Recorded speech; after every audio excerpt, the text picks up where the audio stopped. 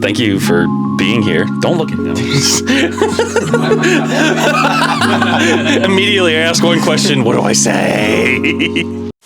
I mean, where do we start with you? I mean, you had an incredible last season, the big expectations this year. Where do we start? Like, how did you end up at MSU? So I would say my grandparents had a big influence on me going to MSU. Okay. They grew up as fans. Oh, wow. They like had season tickets to go to like football, basketball games. Awesome. And you know, when I was like old enough to go, they used to take me to games, and you know, they used to like get me all this gear. And oh, wow. Kind of like, you know, I'd open Christmas presents and there's a ton of Sparty stuff. So kind of got meshed into an MSU fan, and yeah, I mean, just ended up here. Yeah. It was kind of destined. Meant to be, yeah. Yeah, it was destiny, right?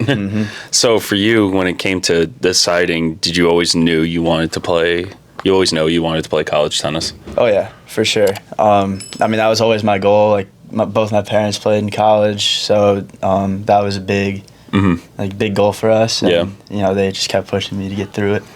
And did they have any like influence or help with you making your decision, knowing that they had their own experience with college tennis? Yeah, I mean, so my mom played at Wisconsin, so she really wanted me to go to Wisconsin, kind of keep the bloodline going there. Okay. So, you know, I took my visits there and stuff, and like there's nothing to complain about there. Like it's a great place, but you know, in my heart they told me just pick what you really want to do. Okay. And I knew that my heart was always in East Lansing because of your grandparents. Yeah.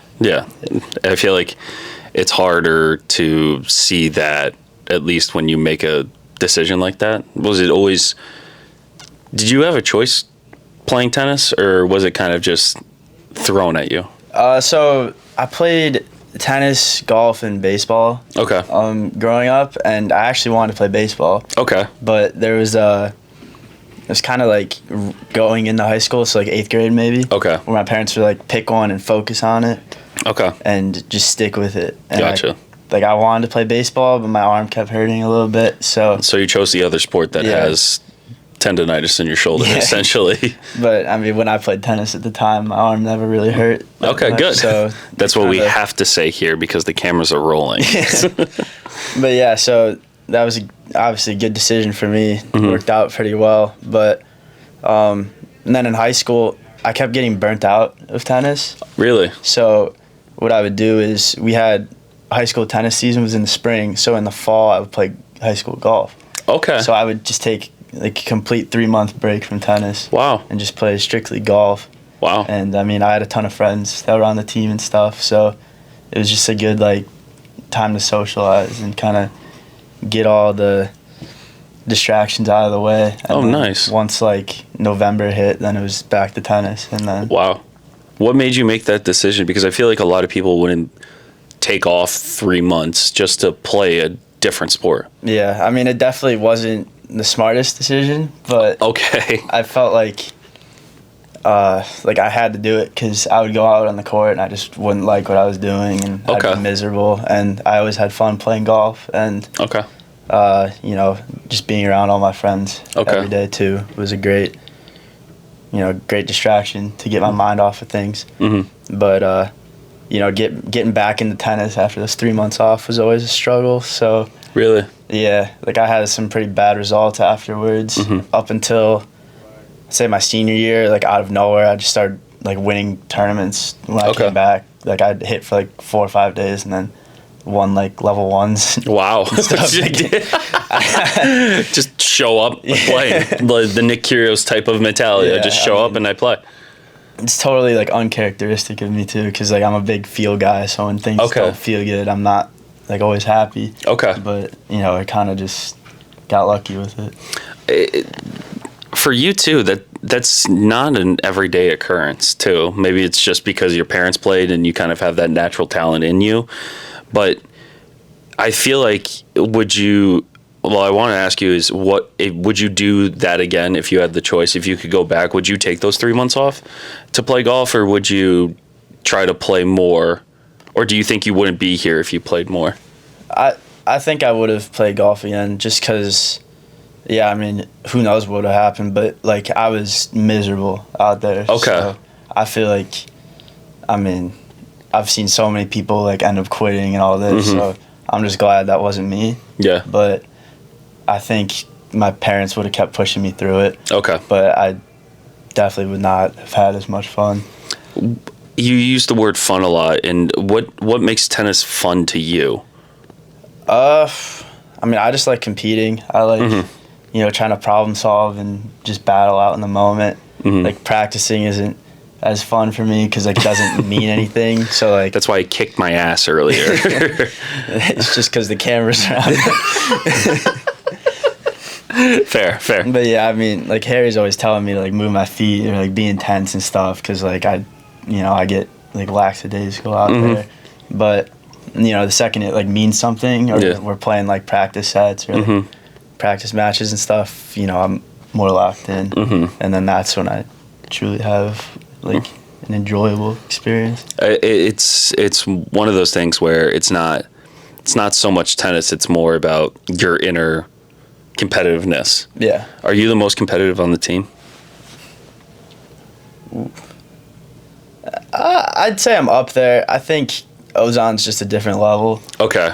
I mean, he can take literally anything and he'll compete like crazy. Like, it can be just some random, like, mini tennis game or anything, and, you know, he's yelling in your face, like, getting really loud. So I'd probably say Ozan's first. Okay, but you're second.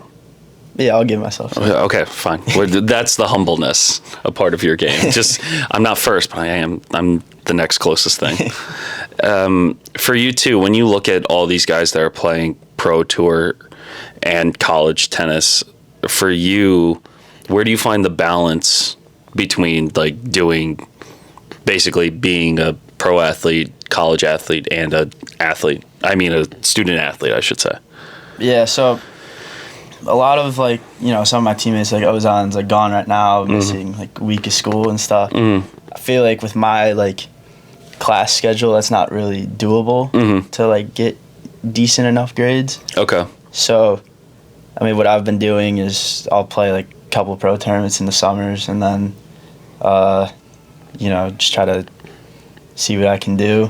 But, you know, when the, like, 15K comes here, get the wild card in the main, that's when I try to take advantage of it. So I got, like, my first point 2 years ago. Wow. And then, I mean, I lost it this year, but we're not talking about this year. We're just talking about the experience. Yeah, I mean, it's a cool experience, like, just being able to say, like, you've played in pro tournaments and, you know, won a couple pro matches, so it's, you know, it's pretty cool. It is. And what do you think the biggest misconception is for you when it comes to, I would say, college tennis?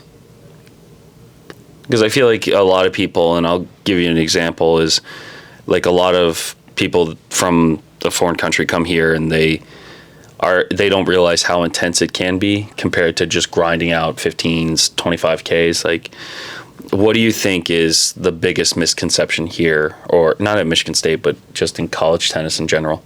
I mean, I think it's so much more of a grind than, like, the 15Ks and the futures and all that. Okay. Like, just, like, I'll give an average, like, day of my college life. Like, go for it. You know, we'll wake up at 5:45 in the morning. We got lift at 6:30 for an hour. Then, you know, I have class from 8:30 until 2. So that's always pretty grueling, and it's like you're trying not to fall asleep because you're all tired. And then, you know, you got practice 2:30 to, like, 5:30. Or some days you'll be hitting, like, an hour in the morning, and then you have your other practice. And then, like, you know, we played a doubleheader yesterday, and then we got practice this morning, so it's like we're right back into it. There's no downtime, essentially. There's rarely downtime. Okay. I mean, we'll get, like, one day off a week, but, you know, usually that day, then you're doing homework, so it's like... Yeah, and you're trying to catch up on everything that you missed and things like that. And for you, too, what do you try to do to kind of...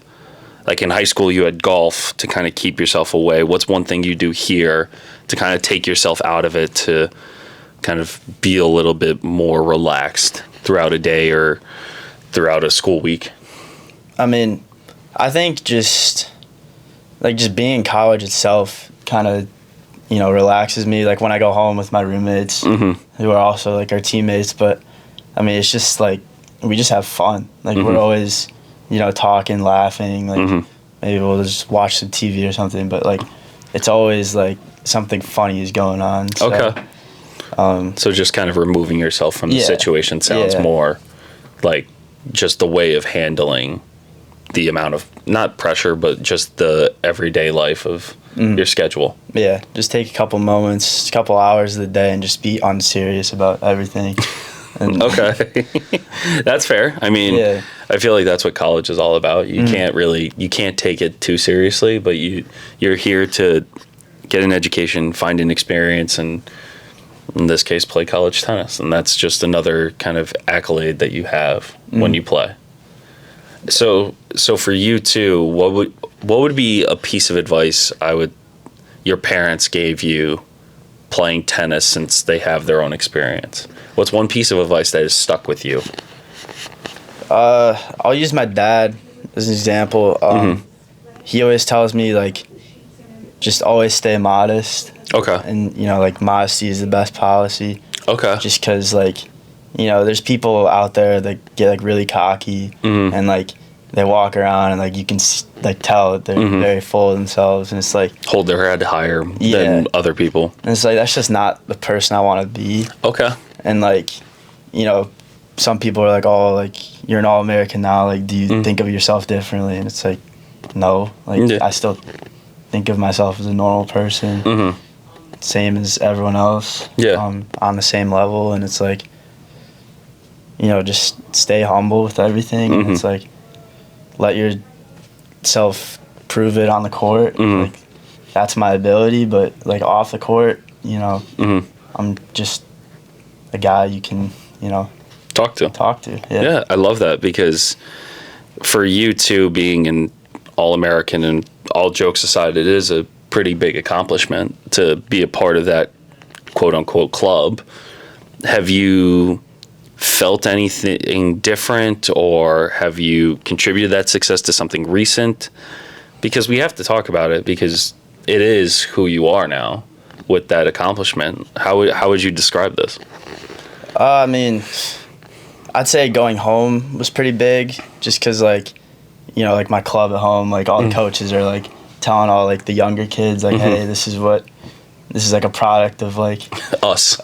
Look what we built. Look what we built. And it's like, I mean, they'd ask me like, to like address everyone and like talk about it, like how I got there and stuff, and like just kind of motivate people like this could be you too. Okay. If you just put the work in, put the time in, and just kind of give back in a way that like when I was younger, we had older guys like talk to us about their college experiences. So kind of the same way, and try to motivate younger kids. Does that give any? I feel like you don't seem to hold pressure the way other people would, because talking about this could loom over someone, or could be talked about differently because of the success that you had. So how would you? Do you think there's any extra pressure to repeat that for you? I mean, I definitely want to do it again. Now it's happened. You know you can do it. I know I can do it. And, I feel like we're in a pretty good spot to do it again. But yeah, I mean, I feel like I'd be a little disappointed if I didn't do it again. Okay. But, I mean, at the end of the day, like, I did what not many people can say they've done. Yeah. And I'm just lucky enough that I was able to do it. I'm just happy JP didn't knock over your banner yesterday. That was really funny. What a reveal. What a reveal. That was that's good. I like that a lot. For you too, if you were to, and I'll keep this a little bit shorter. Again, thank you for doing this. I appreciate it. How would you describe your game to someone that hasn't seen you play? I'd say I like to be aggressive, but if I need to be, I can be pretty consistent where I just want to make balls. Okay. Fearless competitor. Okay. I'm always going to give it 100%. And, you know, I could be down double break in a 3-3 situation, and, you know, Harry's always like, that's our guy. Like, we want him out there. Okay. And I've been lucky enough to come back from that twice now and gotten the clinch. So yeah. I just feel like pressure, like, I don't really think about it. I just kind of swing and, like, okay. very loose. Okay. And, yeah, just enjoying myself. Is that what Harry describes you as, the guy? No. No. To put him on the spot, essentially, but not to put him on the spot. I don't think he definitely wouldn't call me the guy. Okay. But I think he'd be comfortable having me in a high pressure situation. I love that. Dude, thank you again for doing this. I really appreciate it. Thanks for having me. Do you want to shout out your social media at all? Do you want to shout out your Instagram? Sure. My Instagram is at msheldon03. Okay, perfect. So drop a follow. For sure. For sure. Thanks, Max. Appreciate it. Thank you. That was Appreciate perfect. it.